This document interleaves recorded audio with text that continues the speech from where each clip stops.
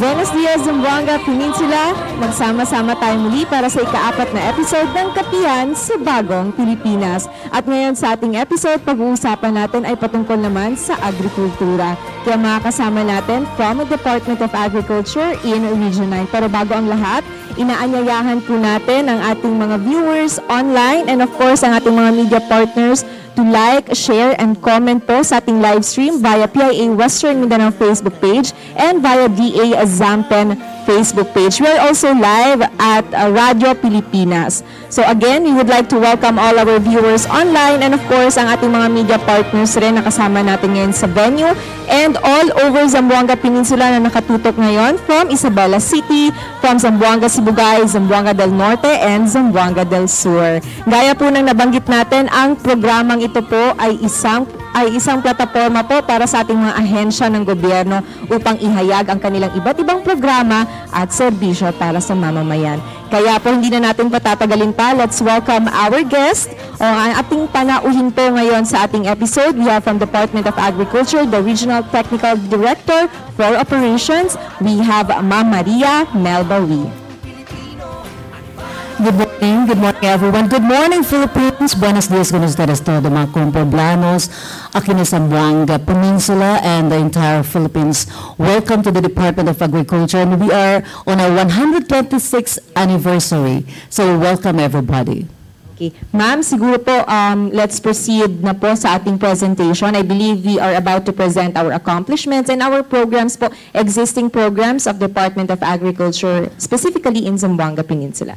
Yeah, of course. Now, everyone, we are welcoming you to the Department of Agriculture.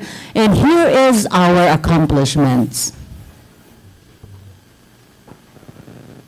We are giving you the plans and programs, including the services of the Department of Agriculture, and we are here for the achievement of food security for the Filipino people through boosting agricultural production to ensure accessibility, affordable, and nutrition food. At the same time, you're also into the developing the agriculture and fisheries sector as a profitable industry for farmers, fisherfolk, and all stakeholders involved in the value chain.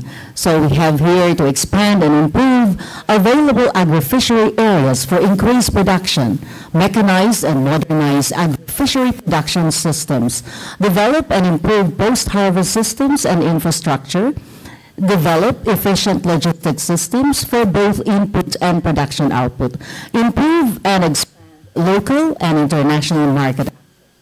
Also, we have proper balancing of both the developmental and regulatory roles of the Department of Agriculture, science and information-driven decision-making through digitalization, strong partnership with the farmers and fisherfolk, private sector and other stakeholders, available and accessible financial mechanisms that will encourage investments and minimize risks.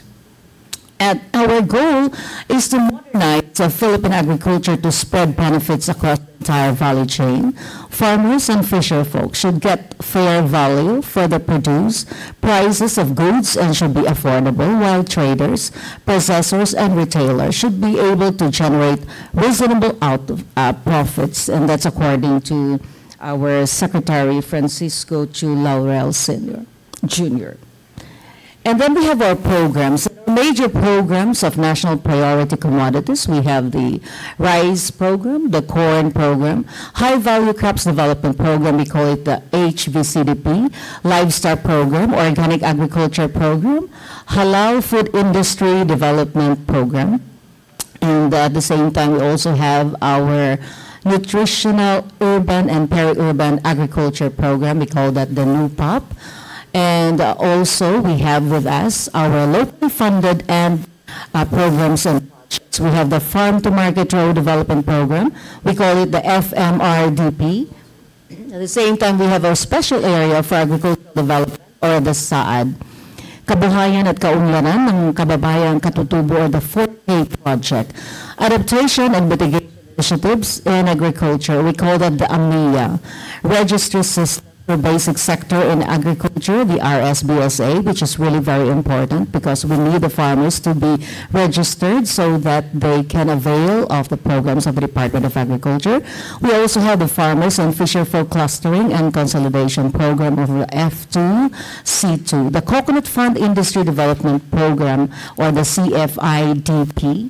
So we proceed also. We have our foreign assisted projects. We have the Philippine Rural Development Project. This is a World Bank-supported project designed to establish the government platform for a modern, climate-resilient, and market-oriented agri-fisheries sector. It partners with local government units and proponent groups in implementing key rural infrastructure and agri-based investments. So moving forward, we have its components. We have the iBuild sub-projects. Under the iBuild sub-projects, we also have potable water systems, or the PWS, in the municipalities of Ulutanga, Mabuhay, Godod, Mutia, Sibuco, Siayan, and Josefina, amounting to total project of 1,340,855,320.40.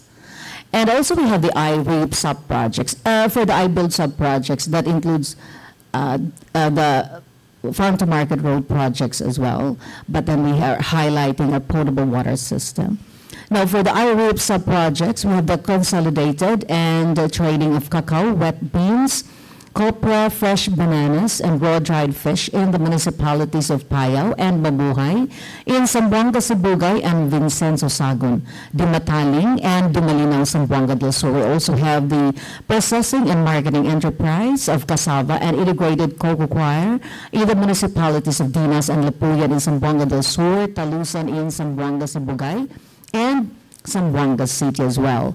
We have the Abaca Fiber trading with support services to processing in Cabasalan, Zamboanga, Sibugay. And then we also have Mindanao Inclusive Agriculture Development Project, or the MIADP.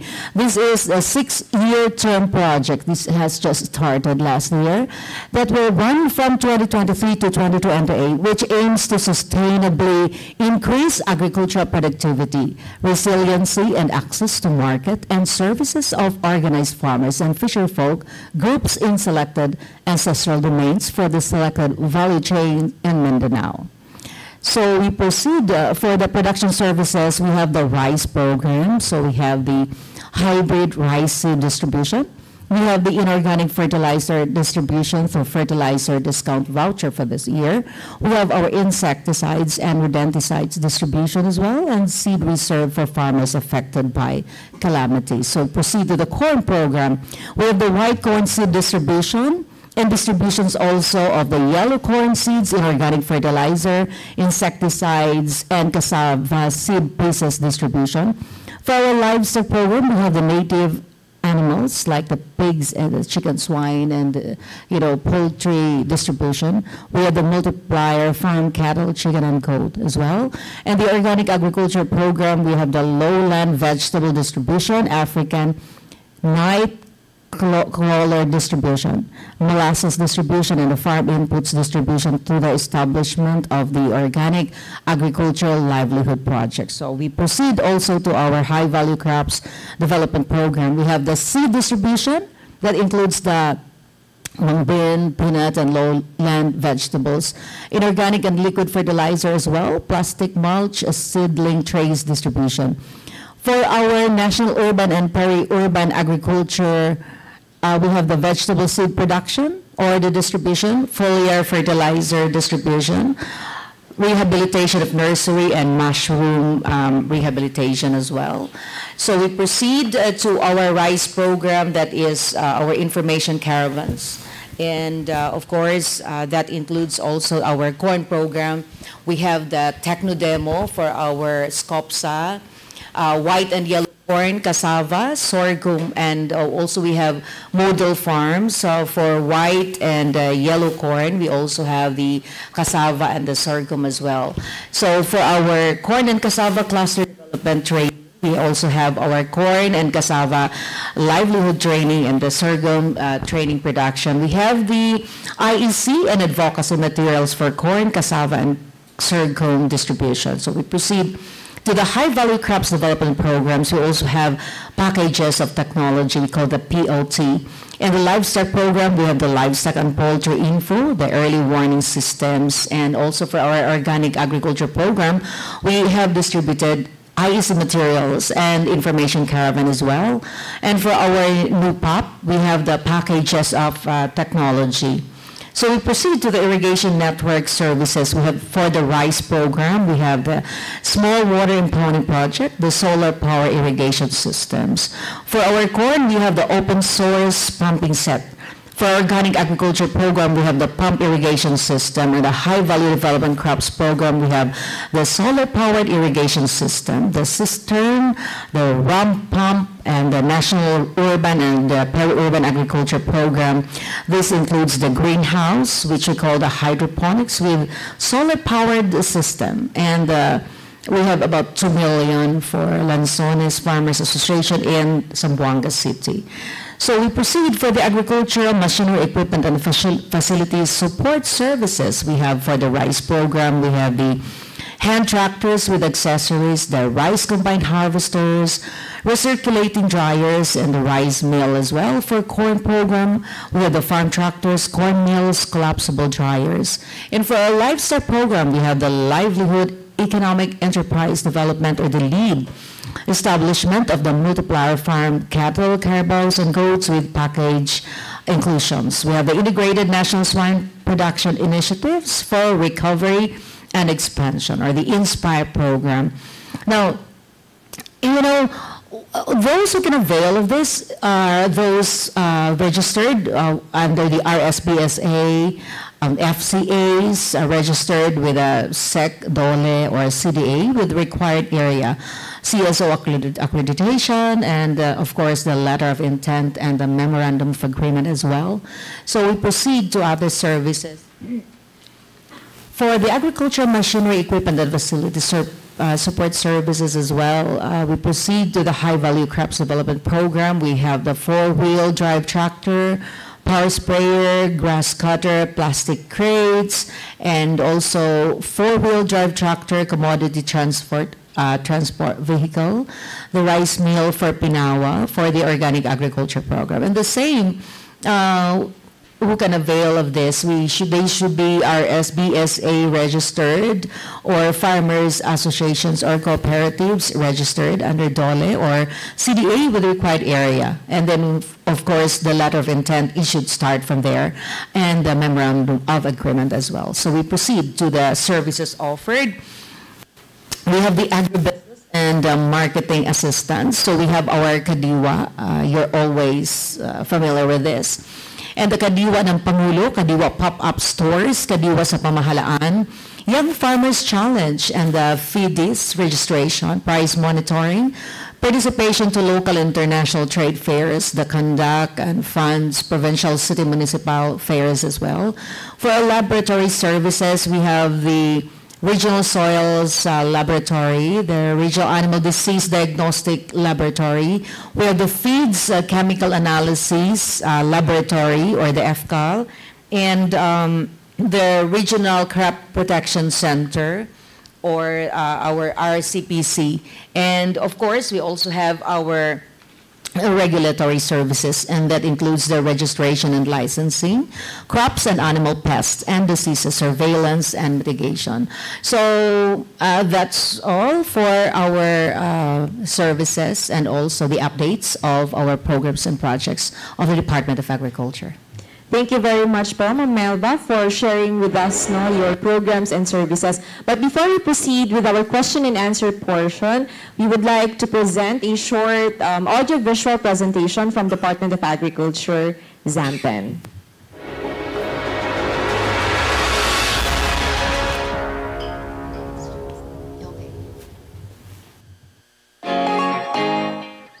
Naging matatag ang sektor ng agrikultura sa ilalim ng administrasyon ni Pangulong Ferdinand R. Marcos Jr.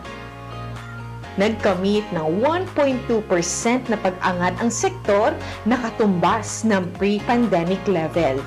Ito ay bunga ng pagtaas ng ani sa palay na umabot sa 20.06 million metric tons, dahilan para mabawasan ang dami ng ini-import na bigas ng bansa. Ang tagumpay na ito ay bunsod ng pinakamalakas na pagkilos ng Department of Agriculture sa ilalim ng pamumuno ni Secretary Francisco P. Tiu Laurel Jr.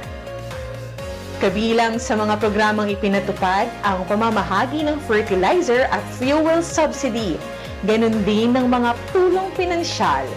Pinalakas din ang Kadiwa program upang siguruhing may steady market para sa mga produktong agrikultural habang sinisigurado na ligtas at abot kaya ang mga bilihin.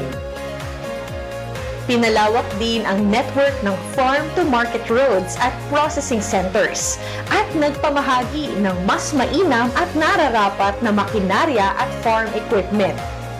Patuloy pa rin ang pag-abot ng tulong upang makabangon ang sektor ng paghahayupan mula sa pananalanta ng African swine fever at avian influenza. Katuwang ang iba pang ahensya ng pamahalaan, patuloy na binibigyang kakayanan ng DA ang mga food heroes ng bansa tungo sa isang masaganang bagong Pilipinas.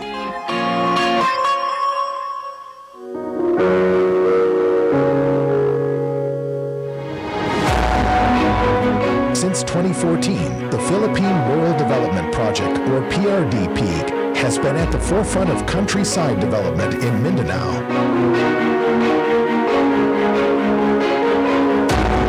The initial 7.6 billion peso investment under the original loan was extended with an additional 3.43 billion peso funding in 2018 and a second additional financing of 2.65 billion and grant from the European Union.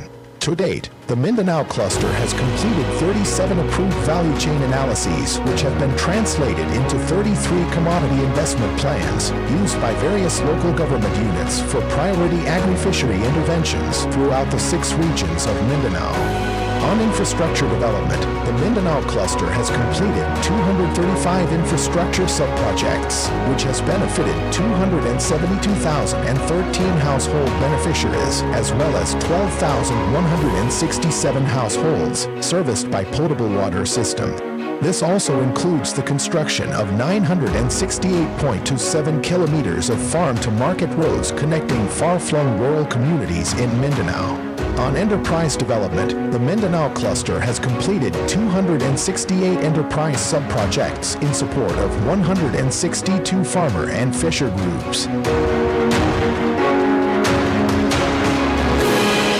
PRDP Scale Up, building on previous gains to bring broader benefits for all.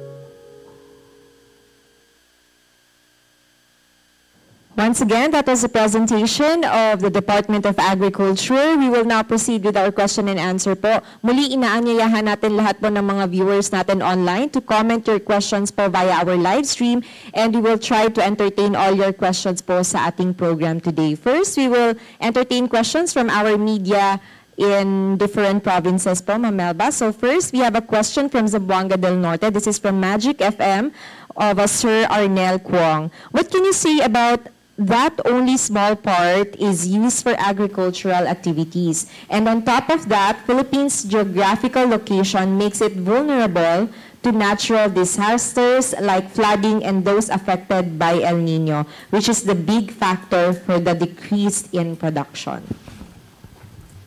That is why we have to be very resilient and we have to prepare. Even if we don't have El Nino or La Nina, we have to prepare for it. And the Department of Agriculture, in collaboration with the local government units as well, we are doing our best to address problems such as this so that we will be able to still we'll be able to get the kind of goal that we wanted to. In the first place, we already have meetings with our local government units, our agricultural extension workers as well. So we have already, for the preparation of all of this, calamities that is beyond our control. But of course, as always, we said preparation is competence as well. We have somewhat similar question po from Zamboanga del Sur, but this focuses on high-value crop seedlings na ipinapamahagi ng Department of Agriculture sa mga farmers. Kaya bang mag-adapt ng papalit-palit na weather conditions, like for example ngayong tag-ulan? Data po kung ilan na yung naipamahagi sa mga farmers in Zamboanga Peninsula. Okay. Meron tayong mga binibigay na mga seeds and seedlings para sa ating mga farmers, no? Naka-allocate yon para sa kanila, and ang atin lang dapat pag binigay na sa kanila, it should be planted immediately because our seeds have viability as well. So kapag tinatago po natin yan, then nang matagal, no? So if we distributed those seeds, see to it that it should be planted immediately because of the viability concerns. But yes, handa po tayo, and ready po yung mga seeds. In fact, nakadeliver na po tayo ng mga seeds at saka seedlings sa ating different municipalities in the peninsula. I think yung question niya, may question po siya on data kung ilan na po yung nabigyan natin. We can give them, please, I will get the who was the exact, so that we could give them the exact data. No, we will give them through message as well. So, But so far po, continuous yung ating continuous naman po. distribution. We also have buffer seeds, especially for calamities. Meron po tayo. But of course, syempre kailangan po natin na sila ay member po or registered naman sa ating farmers registry system. Paulit-ulit po natin, we always tell them to be registered so that it would be easier, no? Ano ba ang dapat na word for that? But it's easier for them to access if they are registered under our farmers registry system. Thank you po. Next question from Zamboanga, Sibugay. This is from Creamlin Calago of Wonder Radio.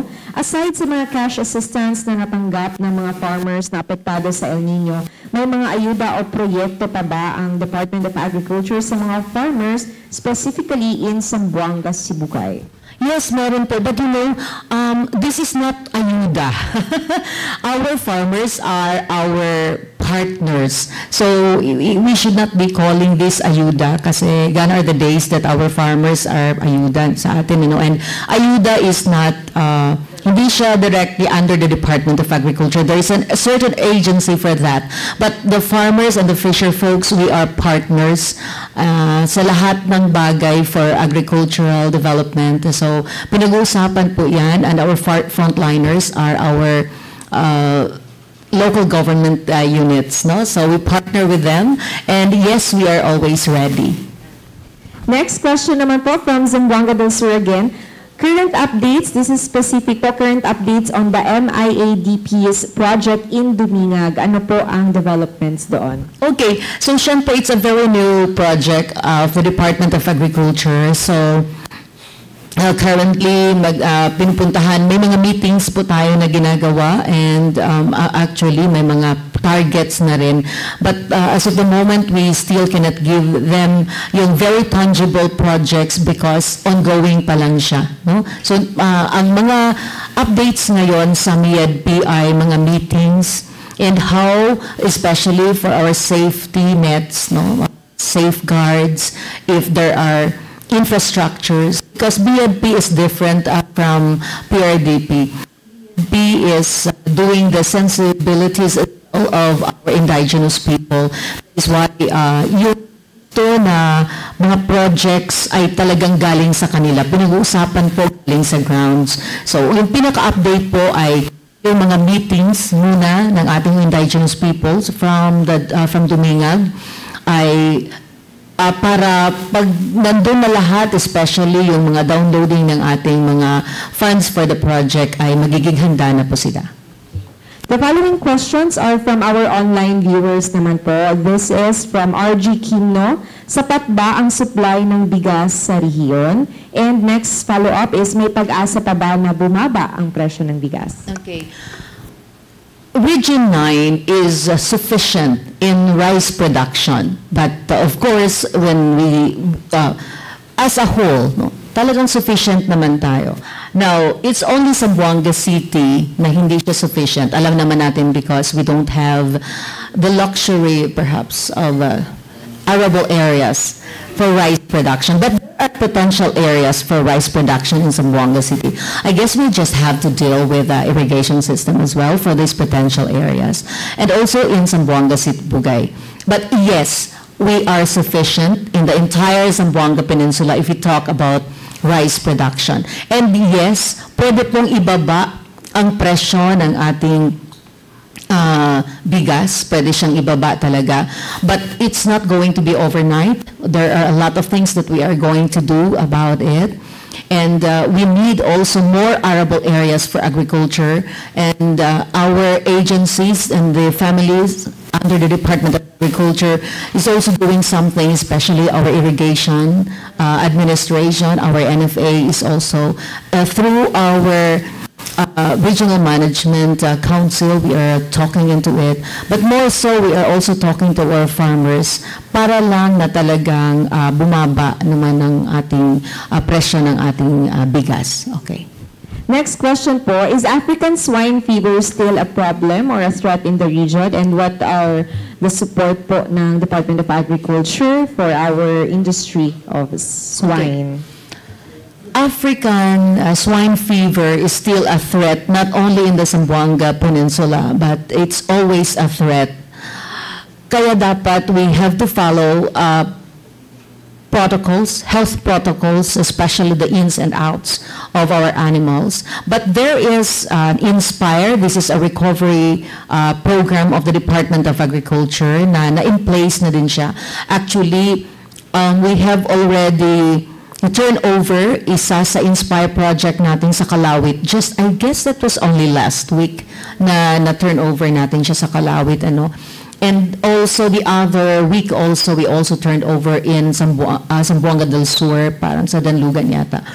And there are more that are coming. So that is why until this moment, we have to follow certain protocols para syempre masarap naman kumain ng lechon, ano, like masarap kumain ng lechon. So, dapat tayong lahat, hindi lang ang Department of Agriculture, especially kasi ang local government ay talagang should be very vigilant about this. The ins and outs of the animals, dapat may nakatutok talaga. Na ginagawa naman ng ating local government units.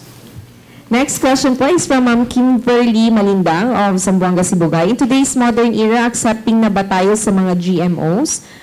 Do we have programs, project that has something to do with GMO or genetically modified organisms?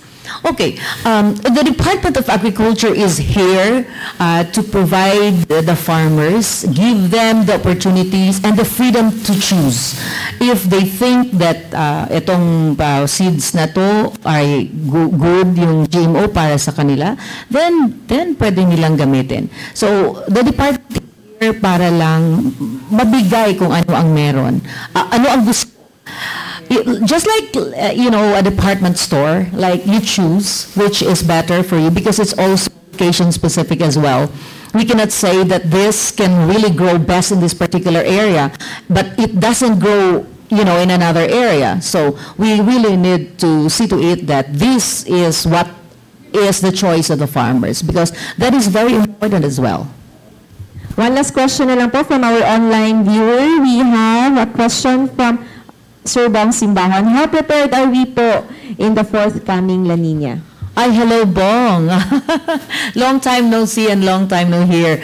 Yes, nag-prepare po tayo. May mga pinag-uusapan ng ginawa, especially that all the departments naman of the agriculture is having our disaster unit as well. So lahat po Zamboanga Peninsula, kundi sa lahat po na Impero Pilipinas ay naghahanda po para sa La Nina.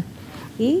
So now we will be opening our floor po sa ating mga media partners that are here with us in our venue po today from Zamboanga City.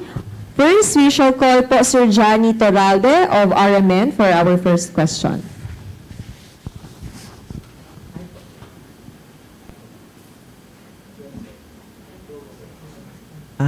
Good morning po, RD.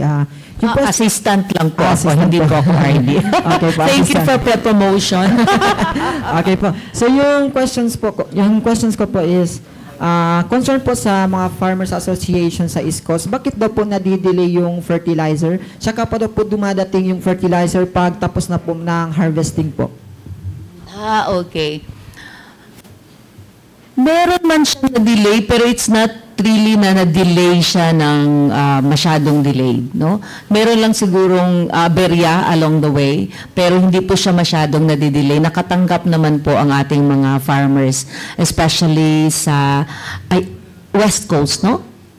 East Coast po. East Coast. So, nakatanggap naman po sila. Last time, naalala ko lang, medyo lang siyang konting aberya lang ng konti, pero hindi naman siya very late.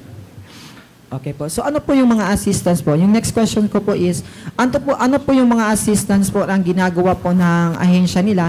Pag example po, may mga farmers po na apekto ngayong this coming La Nina. Kasi dito po sa Zamboanga, mapapansin po natin yung mga rice field po nasisira po talaga, lalo na po pag bagyo.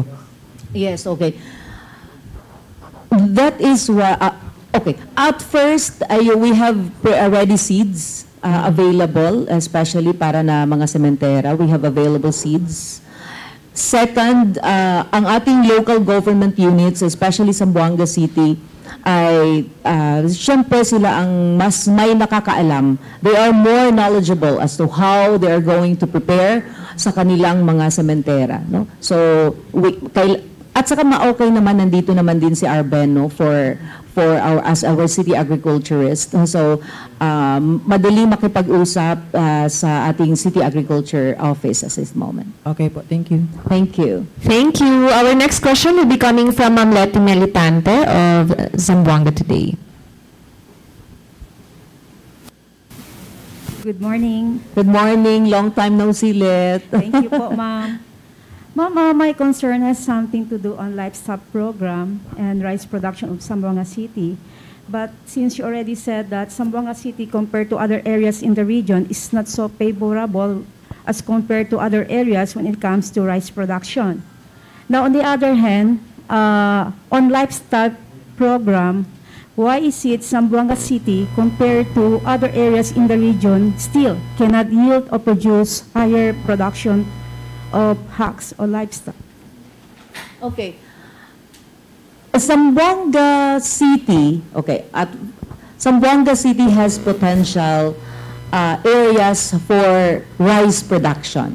No, they just have to, because the regional office cannot impose on any areas, no, on any province. The province or the city should be the one to locate the area, the potential area for especially rice production. And going around, we can really see the potential of Zamboanga City in terms of area. I guess we have a huge area really for rice production, but we have to see to it that this should be irrigated as well. The second, in terms of swine, that's the problem, no? It's not only in Zamboanga City. Mostly in the Zamboanga Peninsula, we have smallholders of swine production. Mostly, this is household lang, no? So bahay-bahay lang talaga. Now, we are also encouraging others to really invest also on swine farms as well, para we can serve better, no? Kaya lang, as of this moment, nakikita natin, mas marami ang production ng swine sa Zamboanga del Sur compared to Zamboanga City.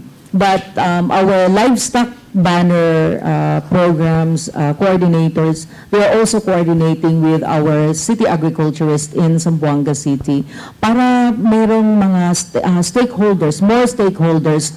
Kaya lang, marami tayong stakeholders, pero household backyard lang talaga. That is the reality here in Zamboanga City.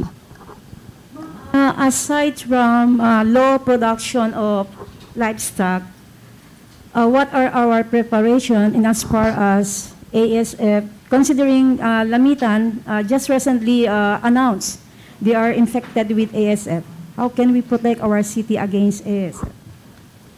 Yung as I've said earlier, we have to follow certain protocols, the health protocols, the ins and outs of the animals na kailangan na meron talaga silang proper shipping permit, or if nag-declare sila na hindi talaga pwedeng dumaan, talagang hindi makadaan yung mga baboy. See to it lang talaga na we follow certain health protocols. Okay, thank you. Thank you. Thank you very much po. Next question from Ma'am Crisa Dapitan of GMA Regional TV. Hi, good morning po, ma'am. For the record lang ho, ma'am, kanina ho na-mention ho yung about La Nina preparations. Can you elaborate more kung ano ho ba talagang preparations po in terms of as far as DA is concerned naman po? Preparations. For La Nina sa ating magsasaka. Okay. The preparations for La Nina, di ba, yung ating agriculture extension workers, tinitingnan yung ating mga palay, mga dikes, inaayos yung ating mga dikes. They are into talking it over with the farmers as well. The Department of Agriculture is here to, the buffer stocks for our seeds para sa ating mga farmers. Ready po tayo niyan. Alright ho. Kamusta naman ho, ma'am, yung nakabawi na ba ang ating mga magsasaka sa El Nino naman ng mga damages and losses ho nila? We cannot really say na nakabawi sila ng fully recovered talaga because it was really a long drought. But then again, we can see that when the drought was there, nakapag-harvest na ang ating mga farmers in terms of rice. The most affected lang talaga are the high value, yung ating mga gulay, but for rice and corn talaga, naka-harvest naman din kasi because alam naman natin na from January to March, April, this is long drought talaga ito siya. Pero before that, nakapag-harvest na po tayo. Alright. And then last lang po, ano pong pinakamalaking challenge ho na kinakaharap ng DA sa region ho? Ano po yung pinakamahirap na? Hindi mo pwedeng sabihin na talagang pinakamahirap kasi dapat lang talaga, maybe it's just challenging na, pero hindi naman talaga sabihin natin na talagang sobrang-sobra. Lahat naman pag pinag-uusapan, lahat ng challenges, if we are just going to have a dialogue with the stakeholders, even among the Department of Agriculture family that includes the agencies under the Department of Agriculture. Siyempre, lahat may solusyon po talaga. So, I believe that all of this, what we have prepared and what we are going to face in the day and in the future, we can really solve all this problem if we are just having to have this kind of dialogue. Ay, balik ko lang po. So, Sure. ano po yung pinakamalaking challenge ng DA sa region? Sige, gusto mo talaga yung pinakamadaling challenge, kaya sinasabi ko dialogue, okay? So, yung agreements ng both parties, dapat mag-agree. Hindi po pwedeng it's just the Department of Farm. We cannot impose, diba? So, yun ang pinaka-challenge talaga. We cannot impose because it should be coming from our farmers, it should be coming from our local government units as well. And the Department of Agriculture is just there to support and facilitate. Alright, thank you. Thank you. Thank you po. Next question from Sir Dan Toribio of Zamboanga Times. Good morning, Ma'am Melba. Good morning. Dan Toribio, Zamboanga Times and Marinos FM. Coming from you, in Zamboanga City, there are potential area for rice production. So, potential only. Yeah. Now, this is my question, ma'am. What can the DA do? In reality, I am from Balinsungay, the rice granary of Zamboanga. But in reality now, those farmers before, they are now kulig-lig driver, abal-abal driver. The reason why, from farming, they changed into a kulig-lig driver because according to them, being a kulig-lig driver, when you go home at night, you can count your earnings already. But while in farming, after harvesting, they do not count their earnings, but they count their debts in the different stores and rice mills. So, what can the DA do to help these farmers? And one thing more, ma'am, no less than the farmers themselves, discourage their children from becoming a farmer too. Instead, they send their children to school to be a professional farmer. So, one day, we might wake up in the morning, we do not have any farmers anymore in Zamboanga. What can the DA do, ma'am? Okay. Yeah, thank you very much, for having that observation. That is why we have the Young Farmers Challenge of the Department of Agriculture and a lot of that, because we would like to encourage our young people to go into farming.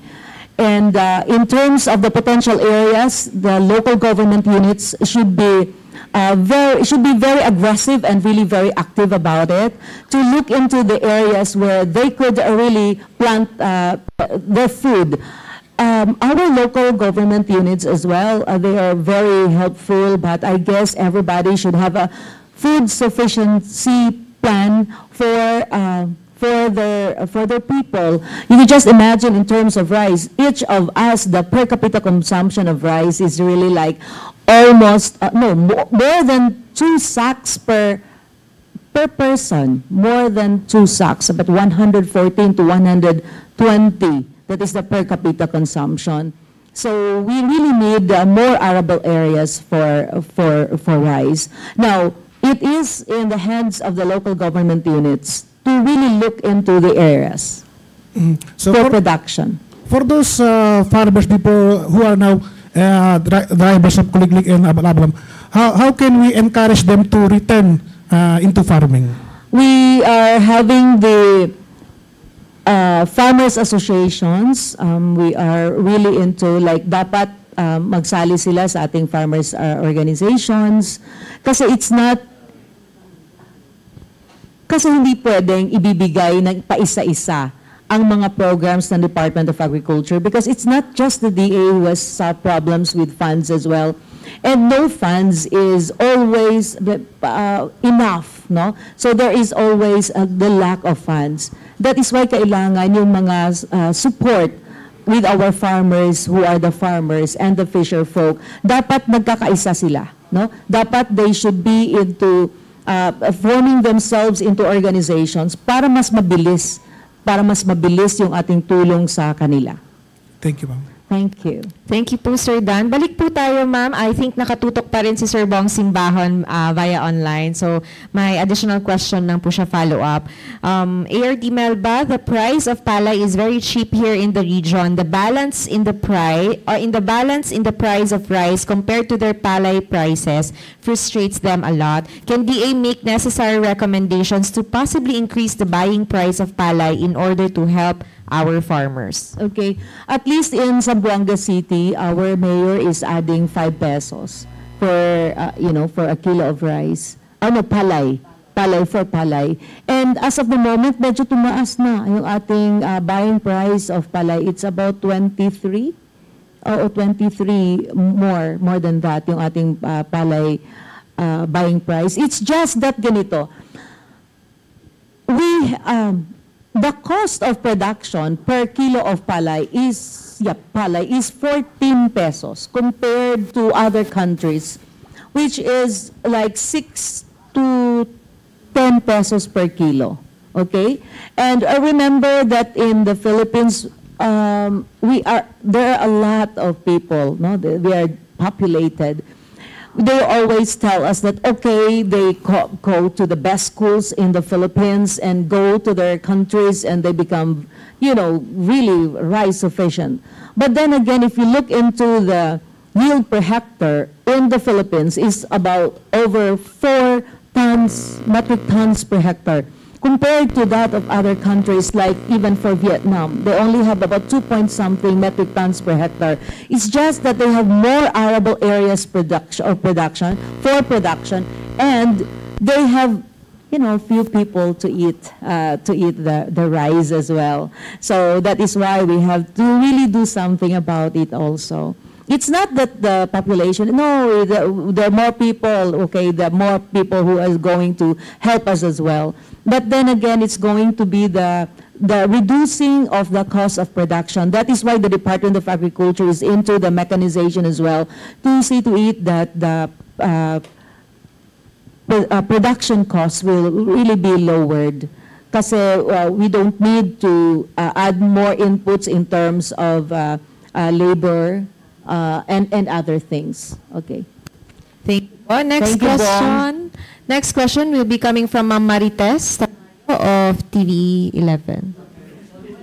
Ates Espartero.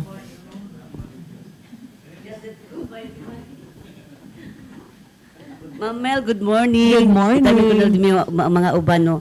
Actualmente, ma'am, adimi question is, kosa de sa preparation, no? Para na daton mga farmers este Benedero La Niña. Preparasyon. Okay. Yeah. Asi, Aside na kusaba kalakal mga fertilizers, itamen similya. okay. So manada kita mga preparations as we have said earlier that there were already mga meetings that we have conducted already how to prepare. We see to it that our dikes are in place already kasi medyo may mga nasisira naman din ng mga dikes. So dapat i-ano na natin siya and a lot more. But most talaga yung Department of Agriculture, in terms of seeds, yung kanina sinasabi natin, in terms of seeds, ready po ang Department of Agriculture. Okay, ma'am. Next question is, kosa crops kita pwede man harvest na ese tiempo and at the same time, no, kosa guidelines na scenario? Ako sa crops este mga tiempo.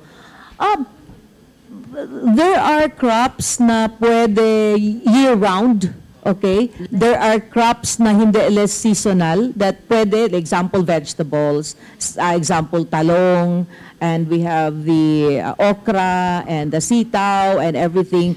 These are year-round naman na pwede natin siyang itanim year-round. It's just that for the rice, kasi we know that we have the wet and the dry season. Ito ba tamam semilya para na madaton siyembrador?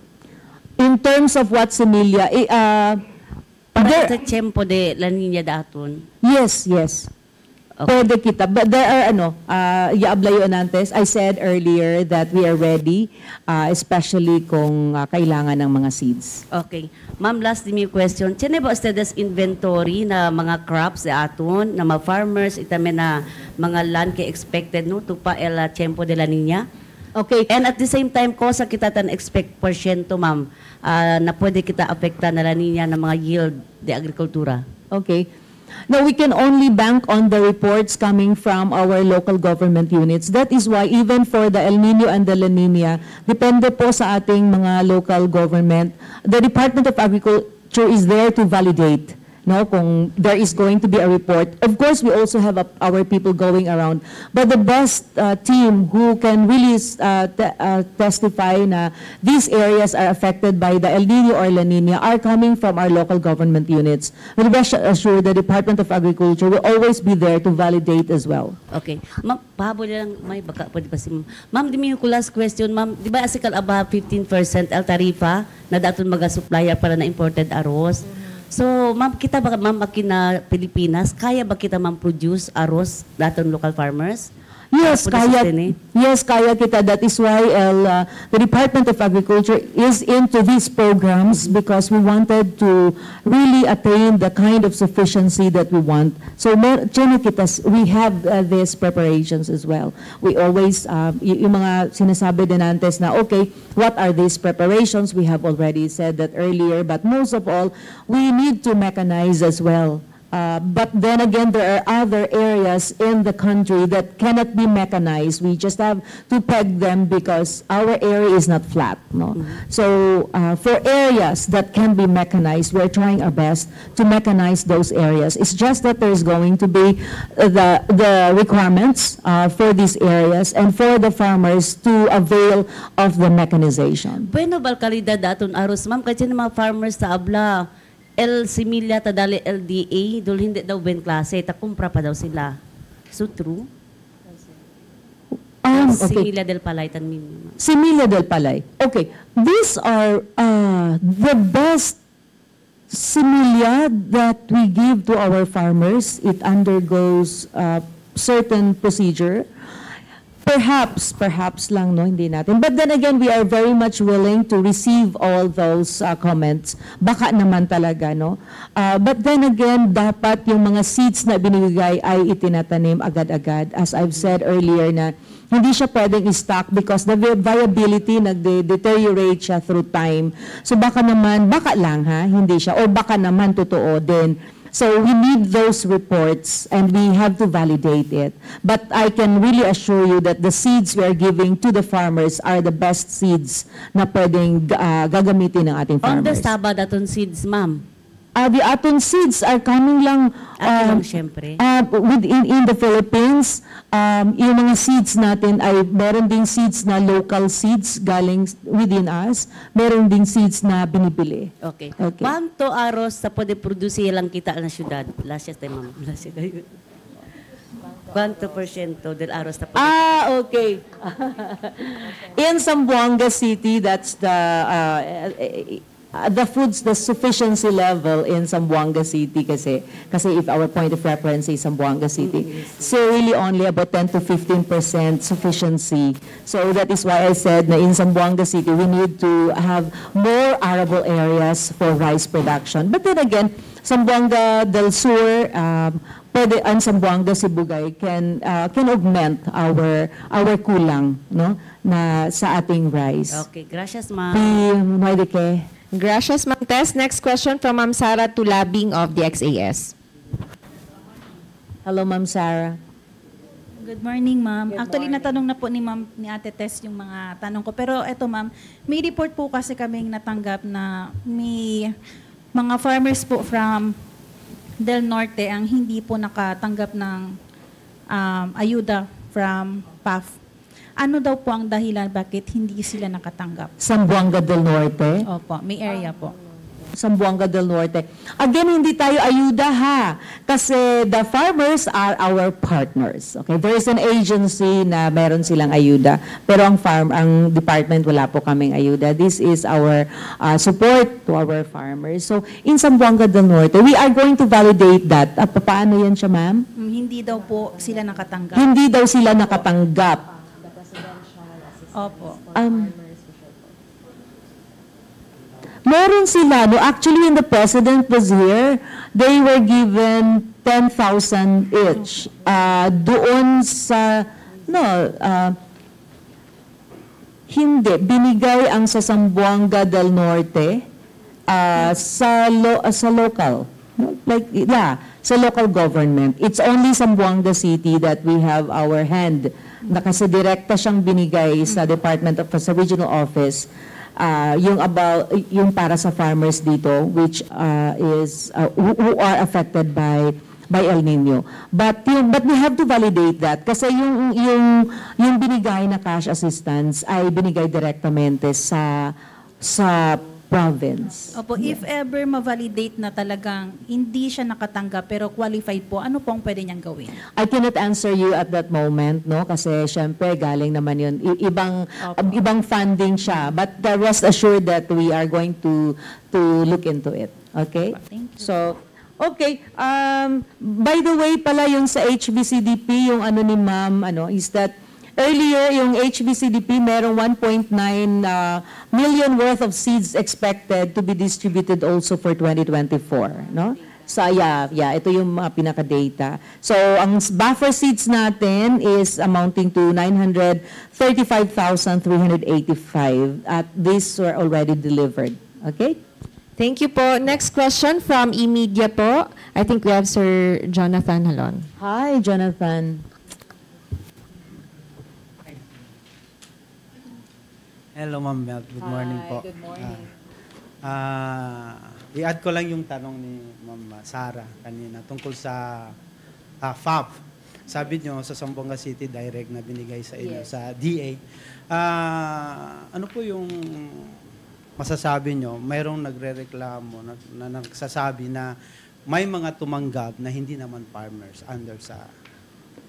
I cannot say that na hindi sila farmers kasi it was really validated. They were validated na mga farmers. So, hindi natin masasabi. Pero tingnan pa rin natin kasi while there are reports, it's better to validate. But those people those farmers na nabigyan ay talagang nasa master list po at sila ay farmers.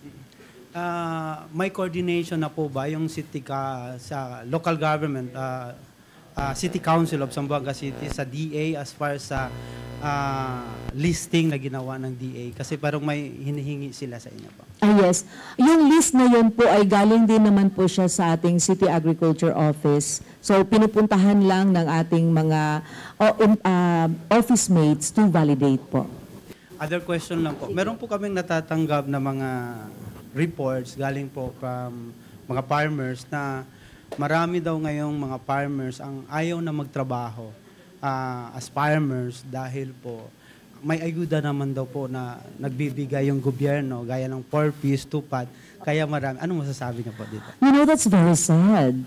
You know, it's very, you know, when we become too complacent because we receive something from elsewhere and we stop working because of that, then that is really very sad. And I hope that we continue, we just have to inspire our farmers and the fisher folk to continue producing food because, you know, COVID taught us that even if you have a lot of money and there's nothing, you know, everything is being closed and you cannot even produce your food, then that's the time we can really say that agriculture is really something. You know, when you do not have food to eat, then you're going to eat human. Okay? And that's really very sad. Okay. Ano po yung mga efforts na ginagawa ng department? Okay. First, dahil nga medyo tumatanda yung ating farmers, but according to recent ang ating RSBSA, na tinitingnan natin, medyo bumabata yung ating farmers, like mga 40 plus na, unlike before, it's about 57. Parang ngayon, it's 40 plus. That is why we have our young farmers sa challenge as of the moment. Marami na tayong nakaka-avail ng mga programs as young farmers. So this is one of the strategies that the Department of Agriculture is doing to entice and to really see to it that our young will go back to agriculture, to farming as well. But when we say that they stop farming, you know what this is attitude already. Yeah, we can just inspire, but at the end of the day, it's always the decision of the person concerned to whether to go back. But we can continue inspiring as well. Thank you. Last na lang po. Yeah. You said earlier po na Zamboanga City is already 10 to 15% na lang po rice sufficient. Rice lang we depend mostly on region and importation. And nasabi nyo po din kanina na meron tayong mga potential place. But meron tayong mga issues sa Zamboanga City tungkol about rice conversion, agricultural land to industrial land to residential. Ano pong masasabi nyo dito at anong ginagawa ng department? Okay. The Department of Agriculture can recommend that these areas, hindi siya pwede because there is a law, that these areas hindi siya pwedeng i-convert into something dahil ito ay agricultural lands. But then again, it's not only the Department of Agriculture who is deciding and approving all of this. In as far as our agency is concerned, we are not approving of land conversion. Thank you. Thank you po. Last two questions na lamang po. We have from Sir Randy Bangkairin of RPN to be followed by Sir Efren Mamak of GMA. Ma'am, buenos días. Ay, buenas. Ma'am, my question, ustedes ba agencia de la Departamento de la Agricultura, sino ba ustedes tan monitor or mga records del mga farmers aquí na ciudad de Zamboanga? Our records in Zamboanga City is really talina Zamboanga City Agriculture Office. Okay, sila agad mismo, they are the ones na nagayod record. Of course, they are giving us the copy, but I guess the best agency to really look into it should be the City Agriculture's Office of Zamboanga City. And number two, ma'am, is ustedes agencia Aura, no? Pakilayag kita man inganyo uli, bira mga farmers, mga farmers, yadaya sila dila mga kita sembrada kay 4,000 gani palta daw ayuda dela DA. So pagkilayo ustedes ara mang inganyo bira sila uli na farming. Okay. As I've said earlier, we cannot really give per person because of the lack of funds of the Department of Agriculture. That is why we are really trying our best na dapat yung ating mga farmers should be nakagrupo sila. They should be in an organization so that it will be at least easier for them to get support coming from the Department of Agriculture. Hindi po tayo pwedeng paisa-isa kasi pagka-united po yung ating farmers, they can command the price, they can command the volume of their production. Alone, it's really very difficult. Pero pag marami ang produce, marami ang members ng association, it's better kasi hindi sila pwedeng ibarato sa market. Okay. Thank you po. Thank you.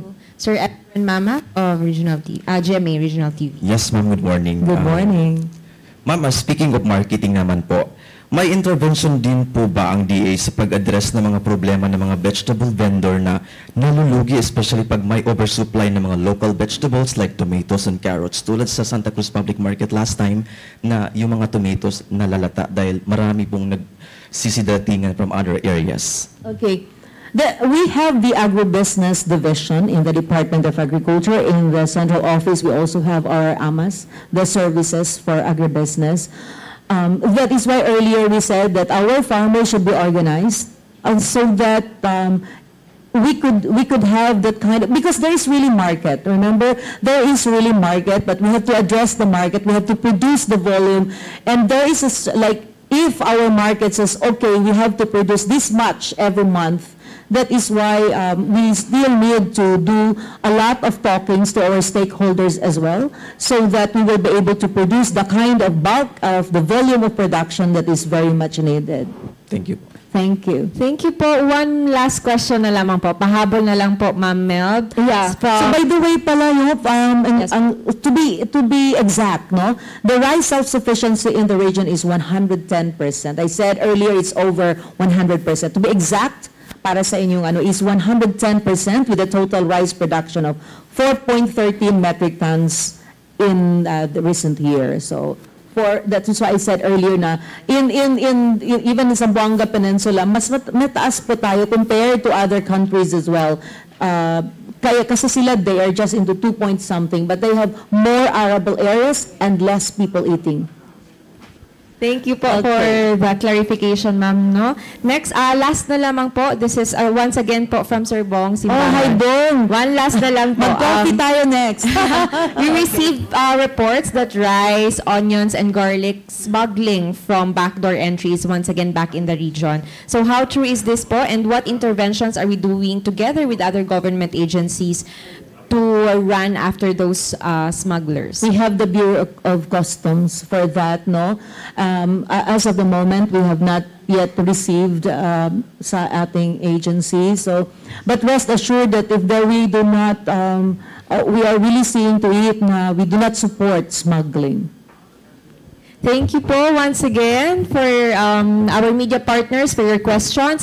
Ma'am, do you have any closing message po para sa lahat po nating mga viewers online and even sa ating mga participants today? Oh, thank you for having us. And this is our 126th anniversary of the Department of Agriculture. We'd like to thank you everybody and for this and for having the Department of Agriculture in this program. And for our farmers and our fisher folk, we continue to have that zest, we continue to have that passion to really see to it that we produce food in each table of the Filipino people. Filipinos first. Okay. Thank you very much po. Once again, we have Ma'am Mel Bawid, the Regional Technical Director of the Department of Agriculture in Region 9, representing, of course, the Regional Executive Director, Director Engineer Marcos Aves Sr. So thank you very much once again to the Department of Agriculture for being with us today sa ating programa. Once again, this program is brought to you by, of course, the Presidential Communications Office and Philippine Information Agency. And hopefully, marami po tayong nakuhang mahalagang impormasyon. And sa may mga katanungan pa po online, we will try to answer it through our Department of Agriculture po. Sasagutin po natin or susubukan pong sagutin yan sa mga online viewers po natin, mga online comments. Thank you very much po once again. Sa ngalan po ng Presidential Communications Office, Secretary Cheloy Garafil and the Director General of PIA, we have Director Jose Torres Jr. and of course the Regional Director of PIA Region 9, Ms. Noemi Edaga. Ito si Myra Espinosa and makita-kita tayo sa mga susunod pang episodes ng Kapiyan sa Bagong Pilipinas. Muchísimas gracias.